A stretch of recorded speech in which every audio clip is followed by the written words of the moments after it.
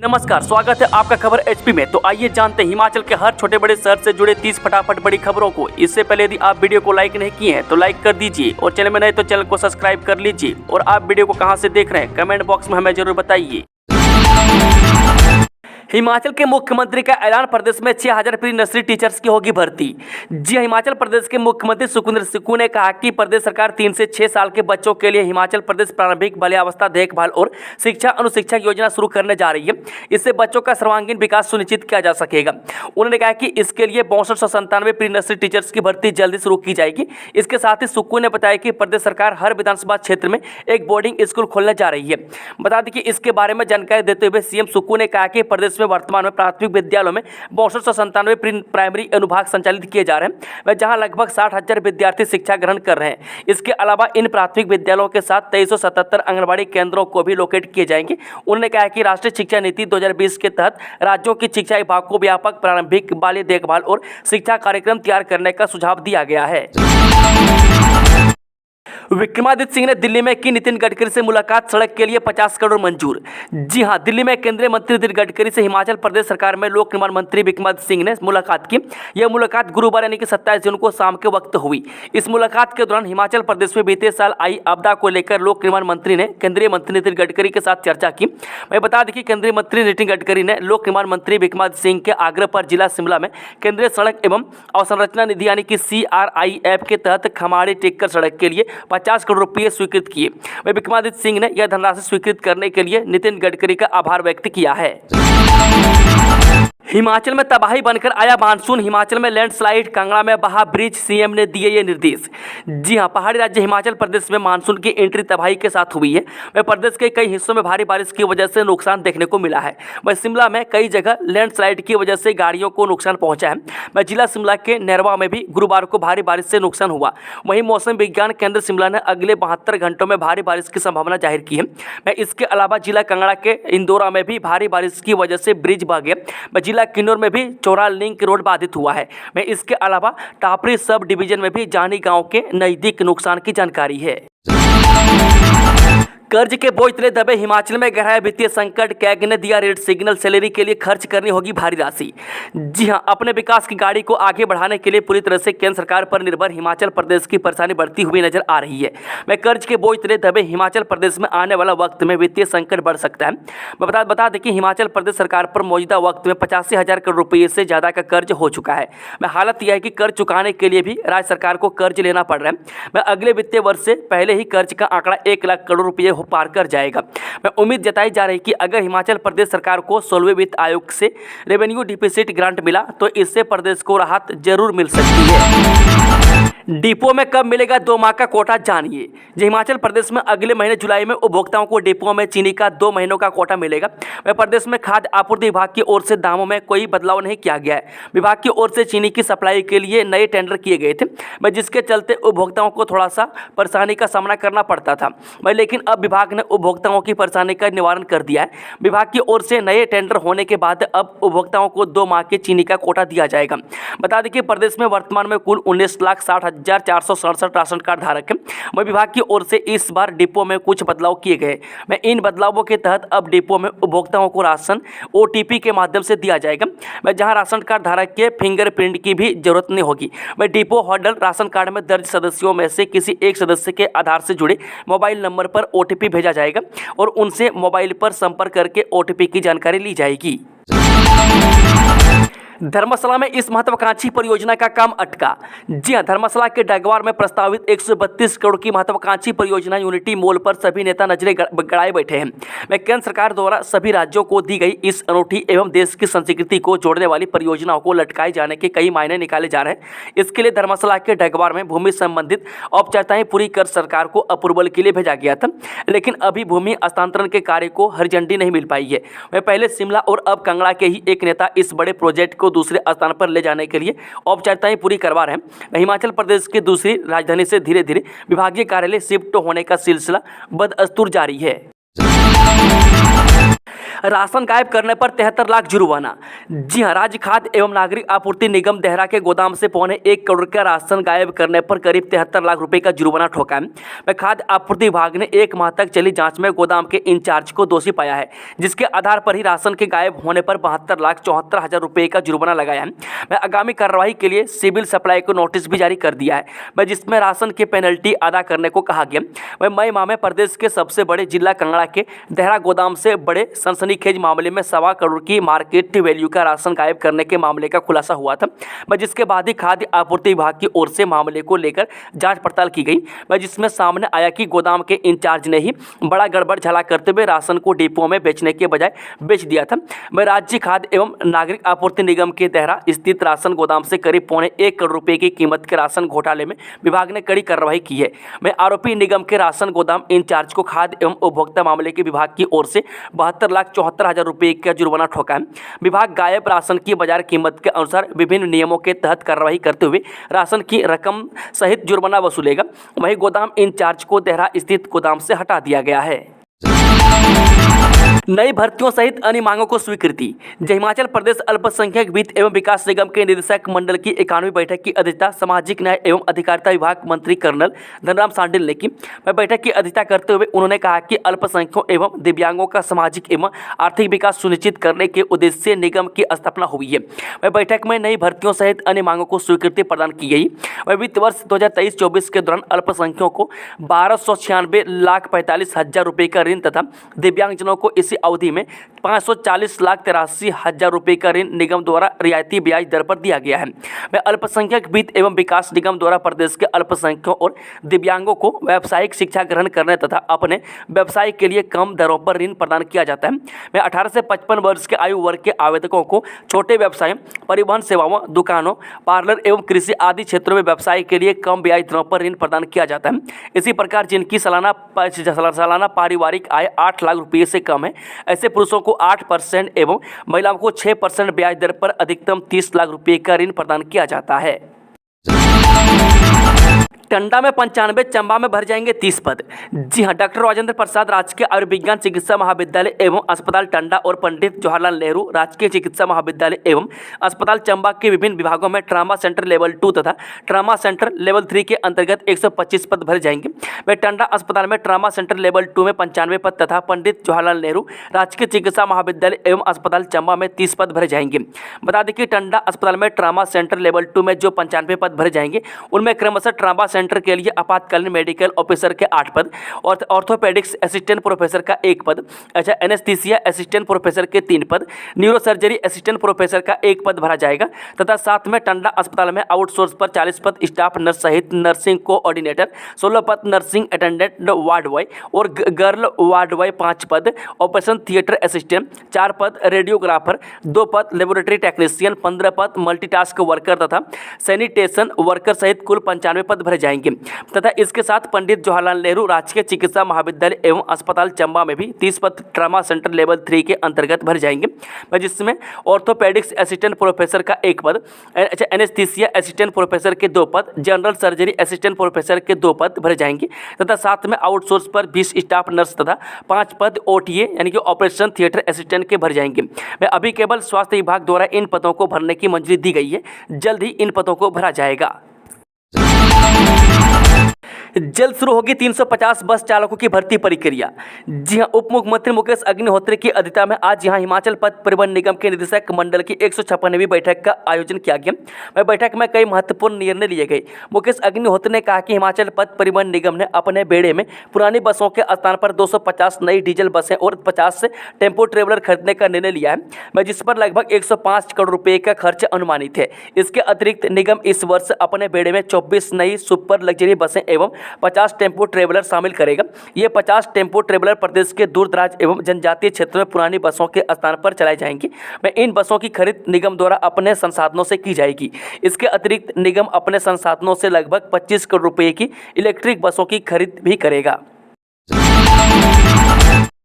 सैलानियों को मनाली ले गया टैक्सी चालक गायब। जी, शिमला के सैलानियों को मनाली लेकर गए टैक्सी चालक के अपहरण का मामला सामने आया है। मामले की शिकायत टैक्सी चालक ने बेटे ने पुलिस के पास दर्ज करवाई है। वहीं पुलिस ने टैक्सी चालक के बेटे की शिकायत के आधार पर 0 FIR के तहत केस दर्ज कर मामले की आगामी कार्रवाई शुरू कर दी है।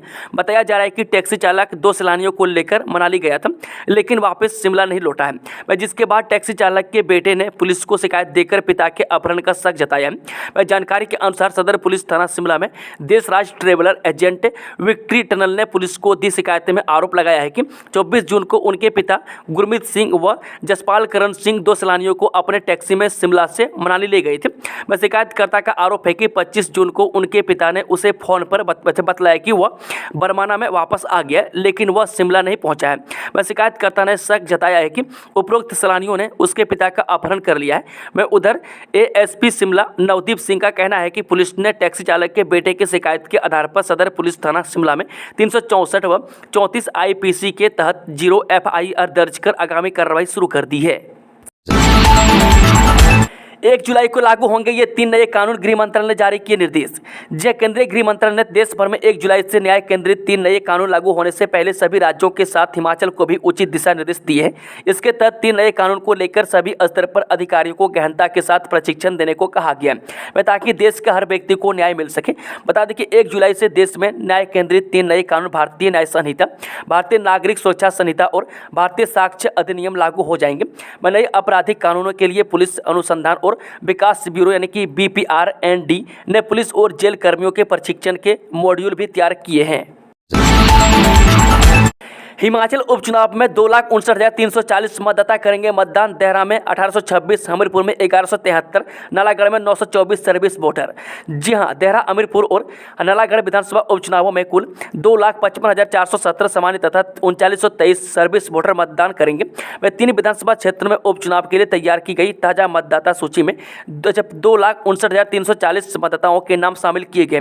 यह जानकारी देते हुए राज्य मुख्य निर्वाचन अधिकारी मनीष गर्ग ने बताया कि नालागढ़ विधानसभा क्षेत्र में सबसे अधिक 93,831, देहरा में 84,694 तथा हमीरपुर में 76,892 सामान्य मतदाता हैं। उन्होंने बताया कि देहरा में सबसे अधिक 1826, हमीरपुर में 1173 जबकि नालागढ़ में 924 सर्विस वोटर है। वह तीनों विधानसभा क्षेत्रों में 6523 मतदाता 18 से 19 वर्ष आयु के हैं। वह 85 वर्ष से अधिक आयु वर्ग के 3334, शतायु मतदाता 72 तथा दिव्यांगजन मतदाता की संख्या 2390 है। उन्होंने बताया कि आगामी विधानसभा उपचुनाव के लिए तीनों विधानसभा क्षेत्रों में फॉर्म 12D के माध्यम से 85 वर्ष से अधिक आयु वर्ग के 1576 और 423 दिव्यांगजन मतदाताओं ने होम वोटिंग के लिए आवेदन किया है। उन्होंने बताया कि आगामी उपचुनावों के लिए कुल 315 मतदान केंद्रों में से नालागढ़ में 121, देहरा में 100 तथा हमीरपुर में 94 केंद्र स्थापित किए जाएंगे। कोर्ट से बेटे को जबरदस्ती उठा ले गई पुलिस, 5 लाख का लेन देन साबित करे पुलिस। जी हां, पूर्व विधायक बंबर ठाकुर ने आरोप लगाया है कि पुलिस उनके बेटे को जबरदस्ती न्यायालय से उठाकर ले गई, जबकि बेटा अपने वकील के साथ आत्मसमर्पण करने आया था। पुलिस ने इस घटना की रिकॉर्डिंग कर रहे एक युवक का मोबाइल भी तोड़ दिया। इस सारी घटना के प्रत्यक्षदर्शी मौजूद हैं। सिपाही भर्ती के लिए शैक्षणिक योग्यता जमा 2, सहायक अधीक्षक के लिए कुछ भी नहीं। जी, हिमाचल प्रदेश सरकार के कारागार एवं सुधारात्मक सेवाएं विभाग के भर्ती और पदोन्नति नियमों के तहत सिपाही भर्ती यानी कि जेल वार्डर के लिए न्यूनतम शैक्षणिक योग्यता जमा 2 तय की गई है, जबकि सहायक अधीक्षक जेल पद पर पदोन्नति के लिए कोई शैक्षणिक योग्यता निर्धारित नहीं की गई है। कारागार विभाग में मुख्य वार्डर की पदोन्नति सहायक अधीक्षक जेल के पद पर होती है। सहायक अधीक्षक जेल पद पर 2 प्रकार से पदोन्नति दी जा रही है। शूटर मुहैया कराने वाले 5वां आरोपी मल्ली भी गिरफ्तार। जी, बिलासपुर कोर्ट के बाहर हुए गोलीकांड में पुलिस ने गुरुवार रात को 5वें आरोपी मल्ली को गरामोड़ा से गिरफ्तार किया। मल्ली पर आरोप है कि उसने ही पुरंजन ठाकुर को शूटर मुहैया कराया था। वही चारों आरोपी को शुक्रवार को कोर्ट में पेश किया गया। इनमें से पूर्व विधायक के बेटे पुरंजन ठाकुर, संदीप उर्फ सैंडी और पुरंजन को शूटर मुहैया कराने के आरोपी मल्ली को कोर्ट ने 5 दिन की पुलिस रिमांड पर भेज दिया है। वहीं शूटर सन्नी को 14 दिन की न्यायिक हिरासत में भेज दिया है। पुरंजन को पुलिस ने शुक्रवार को सत्र न्यायालय परिसर से गिरफ्तार किया था। वहीं उसके साथ ही सैंडी को भी गुरुवार को ही गिरफ्तार किया गया था। हिमाचल स्कूल शिक्षा बोर्ड हर वर्ष सितंबर माह में लेगा विशेष अंक सुधार परीक्षा। जी हां, हिमाचल प्रदेश स्कूल शिक्षा बोर्ड हर वर्ष सितंबर माह में विशेष अंक सुधार परीक्षा का आयोजन करेगा। इस परीक्षा के लिए 1 जुलाई से अभ्यर्थी एसओएस संस्थानों के माध्यम से ऑनलाइन आवेदन कर सकेंगे। इस दौरान एक अभ्यर्थी को अपने अंकों में सुधार करने के 3 अलग अलग मौके दिए जाएंगे, जिसके लिए फीस का शेड्यूल भी अलग अलग रहेगा। यह बात बोर्ड मुख्यालय में स्कूल शिक्षा बोर्ड के सचिव डॉक्टर मेजर विशाल शर्मा ने एक प्रेस वार्ता के दौरान कही। उन्होंने कहा कि हिमाचल प्रदेश स्कूल शिक्षा बोर्ड उन अभ्यर्थियों को एक मौका देने जा रहा है जो कि कम अंकों के कारण न तो पदोन्नत हो पा रहे थे और न ही किसी नई भर्ती के लिए नियमों के अनुरूप आवेदन कर पा रहे थे। ऐसे अभ्यर्थियों को अपनी बोर्ड परीक्षाओं के अंकों में सुधार करने का मौका शिक्षा बोर्ड देगा। देश में पहली बार एनसीएमसी कार्ड सेवा हिमाचल से होगी शुरू, जाने इसके फायदे। जो हिमाचल पथ परिवहन निगम बसों में क्रेडिट कार्ड, डेबिट कार्ड और यूपीआई के बाद 15 जुलाई से यात्री एनसीएमसी कार्ड यानी कि नेशनल कॉमन मोबिलिटी कार्ड के जरिए भी किराया चुका सकेंगे। में एचआरसी प्रबंधन ने स्टेट बैंक ऑफ इंडिया के मुंबई मुख्यालय के अधिकारियों, टिकट मैनेजमेंट सिस्टम चलाने वाली कंपनी और सॉफ्टवेयर बनाने वाली कंपनी के प्रतिनिधियों के साथ बैठक के बाद जुलाई से सेवा शुरू करने का फैसला लिया है। सत्ता परिवर्तन तय, 15 से अधिक विधायक भाजपा में शामिल होने को तैयार, जयराम ठाकुर के बयान से सियासत तेज। जब पूर्व मुख्यमंत्री जयराम ठाकुर के बयान से हिमाचल की राजनीति फिर से गर्मा गई है। उन्होंने कहा कि सत्ता परिवर्तन तय है। कांग्रेस विधायक मुख्यमंत्री सुखविंदर सुक्खू से परेशान हो गए। वे 15 से अधिक विधायक बीजेपी में शामिल होने के लिए तैयार हैं। मैं साथ ही कहा कि उपचुनाव में तीनों सीट पर बीजेपी की जीत होगी। ये कंपनी देगी 200 युवाओं को रोजगार, आईटीआई मंडी में कैंपस इंटरव्यू 9 जुलाई को। जी हां, मंडी औद्योगिक प्रशिक्षण संस्थान ग्रेड ए में 9 जुलाई को Suzuki motor Gujarat private limited company के लिए कैंपस इंटरव्यू का आयोजन होगा, जिसमें भाग लेने के लिए 10वीं में 40% अंक और आईटीआई में 50% अंक होना अनिवार्य है। ये साक्षात्कार केवल युवकों के लिए होंगे। इसके लिए आयु सीमा 18 से 24 वर्ष के बीच होनी चाहिए। इसके लिए पास आउट होने वाले प्रशिक्षणार्थियों जैसे fitter, diesel mechanic, motor mechanic, turner, machinist, electronics wireman, welder, electrician, plastic processing operator, COE, automobile tractor mechanic, painter, general tool and die maker, sheet metal व्यवसाय में पास अभ्यर्थियों के लिए कंपनी साक्षात्कार लेगी। इनके साथ साथ जो प्रशिक्षु लिखित ट्रेड में फाइनल परीक्षा में बैठने जा रहे हैं वे भी इस कैंपस इंटरव्यू में भाग ले सकते हैं। मैं कंपनी को 200 अभ्यर्थियों की आवश्यकता है। मैं इंटरव्यू के लिए उपस्थित होने वाले उम्मीदवारों को अपने सभी मूल दस्तावेज साथ लाने होंगे। राज्यपाल श्री प्रताप शुक्ल को मनाने पहुंचे सीएम सुक्खू, आखिर किस बात पर है नाराजगी। जो हिमाचल प्रदेश के राज्यपाल श्री प्रताप शुक्ल की ओर से नाराजगी जाहिर करने के बाद मुख्यमंत्री सुखविंदर सुक्खू उन्हें मनाने के लिए पहुंचे। मुख्यमंत्री सुखविंदर सुक्खू ने राज्यपाल श्री प्रताप शुक्ल से राजभवन पहुंचकर मुलाकात की। मुख्यमंत्री ने कहा कि एक शिष्टाचार मुलाकात थी। वह 16 मार्च के बाद से लेकर राज्यपाल से नहीं मिल सके थे क्योंकि वह चुनाव में व्यस्त थे। वह मुख्यमंत्री सुखविंदर सुक्खू ने राज्यपाल से मुलाकात के बाद कहा कि राज्यपाल ने सरकार से नाराजगी जाहिर की थी। गो हत्या वाले पोस्ट पर शांत नहीं हुआ लोगों को गुस्सा, दुकानें बंद, हिंदू महापंचायत में की गई ये मांग। जो हिमाचल प्रदेश के नाहन में बकरीद के दौरान कथित तौर पर गो हत्या से जुड़ा वीडियो सोशल मीडिया पर पोस्ट किए जाने के संबंध में सख्त कार्रवाई की मांग की गई है। ये मांग हिंदू संगठनों ने की है। मैं साथ ही स्थानीय दुकानदारों ने इसके खिलाफ बुधवार को अपनी दुकानें बंद रखी। मैं हिंदू संगठनों ने महापंचायत भी बुलाई। बताया जा रहा है कि उत्तर प्रदेश के सहारनपुर निवासी एक मुस्लिम व्यापारी ने 18 जून को यह विवादित वीडियो पोस्ट किया था। मैं वीडियो कथित तौर पर सहारनपुर में बनाया गया था। विश्व हिंदू परिषद और बजरंग दल सहित विभिन्न हिंदू संगठनों के 2000 से अधिक कार्यकर्ता और सदस्य नाहन में इकट्ठा हुए, जो कि सिरमौर जिले के विभिन्न हिस्सों से आए हुए थे। उन्होंने ज्ञापन सौंपने के लिए डिप्टी कमिश्नर कार्यालय की ओर से मार्च किया।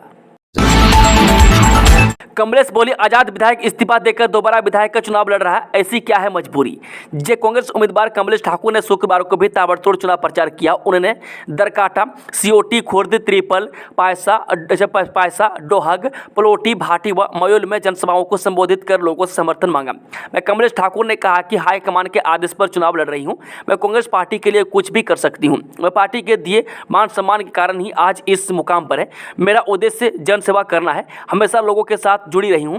मैं दुखी और गरीब लोगों की मदद करने से सुकून मिलता है। मैं देहरा की बेटी के नाते मायके वालों को कभी अपनेपन की कमी महसूस नहीं होने दूंगी।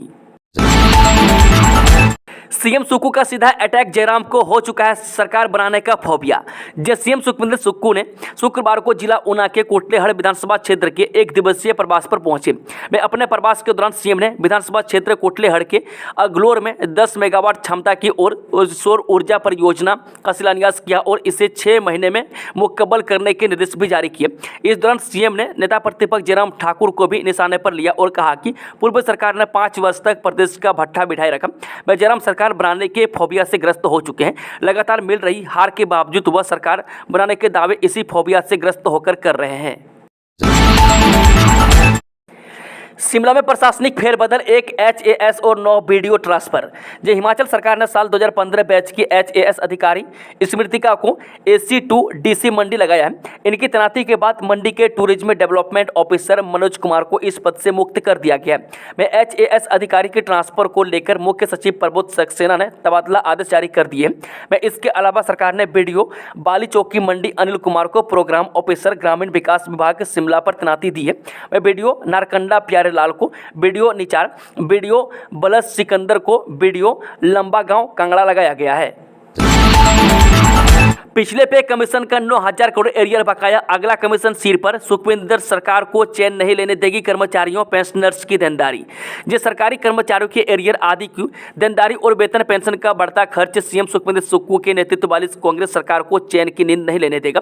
मैं जोड़ तोड़ कर किसी तरह सुखविंदर सरकार इस साल वेतन पे पेंशन का खर्च निकाल देगी, लेकिन अगले साल से संकट और गंभीर हो जाएगा। हिमाचल में 6ठे वेतन आयोग की सिफारिशों को लागू करने के बाद सरकारी कर्मियों के वेतन पेंशन का खर्च बढ़ गया। मैं पिछले पे कमीशन के एरियर का 9,000 करोड़ रुपये बकाया है, यानी कर्मचारी की 9,000 करोड़ रुपये की देनदारी सरकार के जिम्मे है। मैं इसमें भी बड़ी चिंता की बात है कि वर्ष 2026 में नई यानी 7वें पे कमीशन का समय आ जाएगा। मैं कोड पर खास ये है कि हिमाचल की रेवेन्यू डेफिसिट ग्रांट लगातार घट रही है। स्कूल से घर लौटे बच्चों ने जैसे ही दरवाजा खोला मच गई चीख पुकार, कमरे में खून से लथपथ मिली मां की लाश। हिमाचल प्रदेश के सोलन शहर में एक महिला की संदिग्ध हालत में हत्या का मामला सामने आया है। जानकारी के अनुसार महिला के बच्चे जब स्कूल से घर लौटे तो उन्होंने जैसे ही दरवाजा खोला तो उनकी आंखें फटी की फटी रह गई। बच्चों ने सामने देखा कि उनकी मां नग्न हालत में खून से लथपथ पड़ी है, जिसके बाद घर में चीख पुकार मच गई। शोर सुनकर आसपास के लोग भी मौके पर पहुंचे। वहीं सूचना पर पुलिस मौके पर पहुंची। फिलहाल पुलिस मामले की जांच कर रही है। बता दें कि मृतक महिला झारखंड की रहने वाली थी। वहीं उसकी पति मुकेश से पानीपत का रहने वाला है, जो पैसे से मिस्त्री का काम करता है। आज भी उसका पति रोजाना की तरह काम करने के लिए घर से बाहर गया हुआ था। मकान मालिक ने घटना की सूचना मृतका के पति को दी। बताया जा रहा है कि मौके पर महिला का शरीर नग्न अवस्था में खून से लथपथ मिला है। पुलिस टीम मौके पर पहुंचकर मामले की जांच कर रही है। हिमाचल के 7 जिलों में 72 घंटे तक भारी बारिश को लेकर ऑरेंज अलर्ट। हिमाचल प्रदेश में मानसून के दस्तक देते ही बारिश का दौर शुरू हो गया है। प्रदेश में अधिकतर स्थानों पर 27 जून से बारिश हो रही है। मौसम विभाग शिमला ने अगले 72 घंटों में बिलासपुर, चंबा, कांगड़ा, कुल्लू, मंडी, शिमला, सिरमौर, सोलन में 1-2 स्थानों पर गरज और बिजली के साथ साथ भारी बारिश को लेकर संभावना जताई है, जबकि 1-2 स्थानों पर भारी बारिश को लेकर ऑरेंज अलर्ट जारी है। मौसम विभाग शिमला के निदेशक सुरेंद्र पॉल ने बताया कि प्रदेश में पश्चिमी विक्षोभ सक्रिय हो रहा है, जिससे प्रदेश में अगले 7 दिन तक मौसम खराब रहेगा और आगामी 72 घंटे प्रदेश में भारी बारिश को लेकर ऑरेंज अलर्ट जारी किया गया। उन्होंने कहा कि भारी बारिश के चलते नदी नालों में पानी का जल स्तर भी बढ़ सकता है। ऐसे में लोगों को नदी नालों से दूर रहने की सलाह दी जाती है। लोन लेकर स्टॉक ट्रेडिंग में लगाया पैसा, ऊना निवासी ने 25.5 लाख रुपये लुटाए। एएसपी ने की ये अपील। ऑनलाइन स्टॉक ट्रेडिंग में पैसा लगाने के नाम पर ऊना के एक व्यक्ति ने साथियों ने 25.5 लाख रुपए की ठगी की है। वह पीड़ित व्यक्ति ने 11 अलग अलग ट्रांजैक्शन के माध्यम से साथियों के खाते में पैसे डाले। मैं अमीर बनने के चक्कर में पीड़ित व्यक्ति बैंक से लोन लेकर स्टॉक ट्रेडिंग में पैसा लगाता रहा। वह पीड़ित को लालच में फंसाने के लिए शुरुआती दौरे में सातिर ने उसके खाते में 1 लाख रुपये डाले थे। मैं साइबर पुलिस थाना धर्मशाला में ऊना निवासी ने अज्ञात लोगों के खिलाफ उससे ठगी कर 25.5 लाख रुपये ठगने का मामला दर्ज करवाया है। मैं पीड़ित ने शिकायत में कहा कि उसने सोशल मीडिया पर ऑनलाइन स्टॉक ट्रेडिंग का एक विज्ञापन देखा, जिसके बाद उसने स्टॉक ट्रेडिंग में पैसे लगाने शुरू कर दिए। ऐसे में साथियों ने शुरुआती दौर में 1 लाख रुपये उसके खाते में डाल दिया। इसके बाद और अधिक पैसे आने की उम्मीद में वह लोन लेकर स्टॉक ट्रेडिंग में पैसा लगाता रहा, लेकिन इसके बाद साथियों ने उसे पैसे देना बंद कर दिया। इस दौरान पीड़ित छात्रों के खाते में 11 अलग अलग ट्रांजैक्शन के माध्यम से 25.5 लाख रुपये डाल चुका था। वहीं अपने साथ ठगी का एहसास होने पर पीड़ित ऊना निवासी ने पुलिस साइबर थाना धर्मशाला में अज्ञात लोगों के खिलाफ उसके साथ ठगी करने का मामला दर्ज करवा दिया है। कमलेश पर सवाल उठाने वालों को अनुराग पर क्यों नहीं दिखता परिवारवाद। जय शिक्षा मंत्री रोहित ठाकुर और पंचायती राज मंत्री अनिरुद्ध सिंह ने कहा कि देहरा से कांग्रेस प्रत्याशी कमलेश ठाकुर पर सवाल उठाने वालों को 5 बार के सांसद अनुराग ठाकुर में परिवारवाद क्यों नहीं दिखता है। कैबिनेट मंत्रियों ने कहा कि देहरा में हार देखकर बौखलाहट में भाजपा नेता अनाप शनाप बयान दे रहे हैं। मैं कहा कि जहां तक मुख्यमंत्री की धर्मपत्नी के चुनाव लड़ने का सवाल है तो मुख्यमंत्री स्वयं कह चुके हैं कि वह व्यक्तिगत रूप से इस पक्ष में नहीं थे, लेकिन कांग्रेस हाईकमान ने अपने सर्वेक्षण के बाद उनकी धर्मपत्नी को ही सबसे सक्षम उम्मीदवार मानकर टिकट दिया है। राजीव बिंदल और अन्य भाजपा नेताओं को याद रखना चाहिए कि पूर्व मुख्यमंत्री प्रेम कुमार धूमल के बेटे अनुराग ठाकुर 5वीं बार सांसद बने हैं। रोहित ठाकुर और अनिरुद्ध सिंह ने नेता विपक्ष जयराम ठाकुर और प्रदेश भाजपा अध्यक्ष डॉक्टर राजीव बिंदल पर काल्पनिक दुनिया में रहकर सरकार बनाने के दावे करने का आरोप लगाया है। दोस्तों, खबरों का सिलसिला समाप्त होता है कि जानकारी पसंद आई तो वीडियो को लाइक शेयर चैनल को सब्सक्राइब जरूर कर लें और कमेंट बॉक्स में कमेंट करके बताएं कि आपने इसको हिमाचल के किस कोने में बैठकर देख रहे हैं। Thank you, all the best, जय हिंद, जय हिमाचल।